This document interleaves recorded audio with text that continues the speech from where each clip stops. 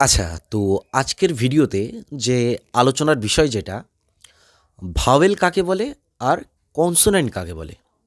দেখো, আমরা তো অনেকেই জানি যে ভাওয়েল কোনগুলো আর কনসোন্যান্ট কোনগুলো। ইংলিশে ২৬টা লেটার আছে, ঠিক আছে? এ থেকে শুরু করে জেড পর্যন্ত ২৬টা লেটার আছে। লেটার মানে কি? লেটার মানে অক্ষর বা বর্ণ। আর এই যে ২৬টা লেটার আছে, এগুলোকে একসাথে বলা হয় অ্যালফাবেট বা বর্ণমালা, ঠিক আছে? এবার কি এই ২৬টার মধ্যে ৫টা ভাওয়েল আছে, আমরা সবাই জানি, এ, ই, আই, ও, ইউ। আর বাকি যে ২১টা আছে সেগুলো কি? কনসোনেন্ট। তাহলে ওই ২১টা কনসোনেন্ট আর ৫টা ভাওয়েল, এই মিলে হচ্ছে ২৬টা লেটার হচ্ছে, ঠিক আছে? তাহলে কি আমরা জানছি যে ৫টা ভাওয়েল আর ২১টা কনসোনেন্ট, মানে ২৬টার মধ্যে ৫টা ভাওয়েল হচ্ছে আর বাকি যে ২১টা পড়ে আছে সেটা কনসোনেন্ট হচ্ছে। কিন্তু ব্যাপারটা হচ্ছে, ভাওয়েল কাকে বলে, ভাওয়েল কোনগুলো সেটা তো আমরা জানি, এ, ই, আই, ও, ইউ, এই ৫টা ভাওয়েল, এটা জানি। কিন্তু ভাওয়েল কাকে বলে সেটা কি জানি? বা কনসোনেন্ট, বাকি যে ২১টা আছে কনসোনেন্ট, কিন্তু কনসোনেন্ট কাকে বলে সেটা আজকের এই ভিডিওতে আমরা ধারণাটা ক্লিয়ার করব, ঠিক আছে? পুরো জলের মতো পরিষ্কার হয়ে যাবে। অনেকের মনে হতে পারে এটা তো খুব সহজ জিনিস, যারা জানে তারা জানে, যারা জানো না ভিডিওটা দেখো, ভালোভাবে কনসেপ্টটা ক্লিয়ার হয়ে যাবে, ঠিক আছে? দেখো, এই সব জিনিস কেন বোঝাচ্ছি, কারণ দেখো, ইংরেজিতে স্ট্রং হতে গেলে বেসিকটা স্ট্রং হতে হয়, ঠিক আছে? ছোট ছোট জিনিসগুলো যদি তোমার ভালোভাবে ধারণা থাকে, তবেই কিন্তু তুমি বড় বড় জিনিসগুলোকে অনায়াসে করতে পারবে। কিন্তু ছোট ছোট জিনিস সম্পর্কে যদি কনসেপ্ট ক্লিয়ার না থাকে, তাহলে কিন্তু অনেক রকম সমস্যার সৃষ্টি হতে পারে। মনে করো তুমি আর্টিকেল করতে যাচ্ছ, ঠিক আছে? সেক্ষেত্রে কিন্তু তোমার সমস্যা আসতে পারে। আর আমি পরবর্তী ক্লাসে আমি আর্টিকেল করাবো, ঠিক আছে? তো সেজন্য এই ভিডিওটা তো অবশ্যই, ঠিক আছে, ভালোভাবে দেখতে হবে। আচ্ছা, এখন আসি ভাওয়েল কাকে বলে।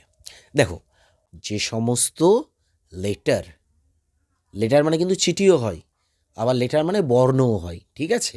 তাহলে এখানে যে বর্ণর কথা বলছি বা অক্ষরের কথা বলছি, যে সমস্ত লেটার বা অক্ষর বা বর্ণগুলো স্বাধীনভাবে উচ্চারিত হতে পারে, মানে উচ্চারিত হওয়ার জন্য তাদের কারোর সাহায্যের প্রয়োজন হয় না, সেগুলিকে ভাওয়েল বলে। দেখো, আমি যখন উদাহরণ দেবো ব্যাপারটা আরও ক্লিয়ার হয়ে যাবে যদি এখনও না বুঝতে পারো। আর কনসোনেন্ট কাদেরকে বলে?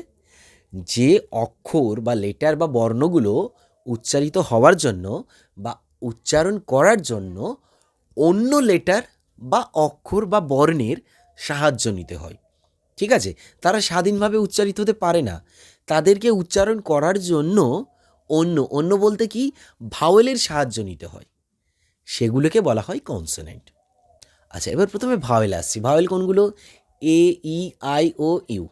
এগুলো দেখো, উচ্চারিত হওয়ার জন্য বা উচ্চারণ করার জন্য কোনো কনসোন্যান্ট কি সাহায্য লাগছে? লাগছে না।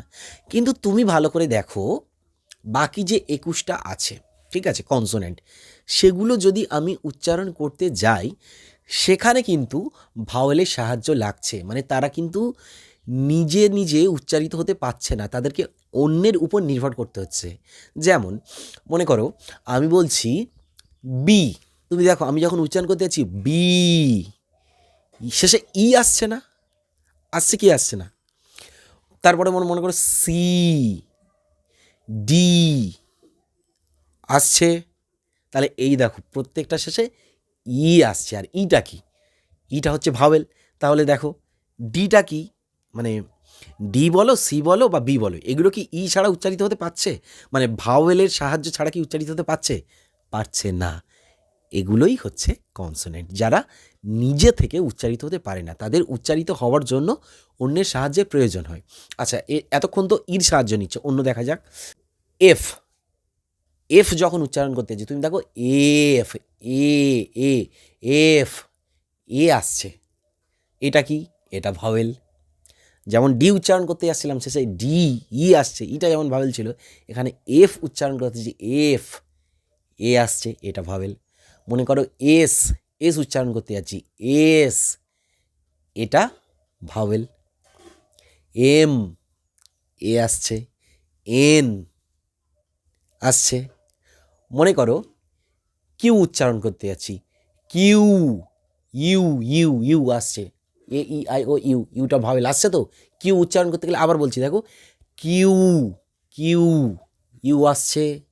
তাহলে দেখো এগুলো কিন্তু, এই যে কনসোনেন্টগুলো বললাম, এগুলো কিন্তু ভাওয়েল ছাড়া উচ্চারিত হতে পারছে না। তাহলে মুদ্রা কথা এটাই, যদি এক কথাই বলি, ভাওয়েল কাদের বলবো? যে সমস্ত লেটার, অক্ষর বা বর্ণগুলো নিজে থেকে উচ্চারিত হতে পারে, কারো সাহায্যের প্রয়োজন হয় না। আর কনসোনেন্ট কাদের বলবো? যে সমস্ত লেটার, বর্ণ বা অক্ষর যাদের উচ্চারিত হওয়ার জন্য ভাওয়েলের সাহায্যের প্রয়োজন হয়, অর্থাৎ অন্যের সাহায্যের প্রয়োজন হচ্ছে, সেগুলোই হচ্ছে কনসোনেন্ট। আশা করি ভিডিওটা দেখার পরে ভাওয়েল কাকে বলে আর কনসোনেন্ট কাকে বলে এই ধারণাটা তোমাদের ক্লিয়ার হয়ে গেছে। ঠিক আছে, ভিডিওটা ভালো লাগলে অবশ্যই লাইক করো, আর যদি এখনও না বুঝতে পারো অবশ্যই আমাকে কমেন্ট করে জানিও। ঠিক আছে, দেখা হচ্ছে পরবর্তী কোনো ভিডিওতে।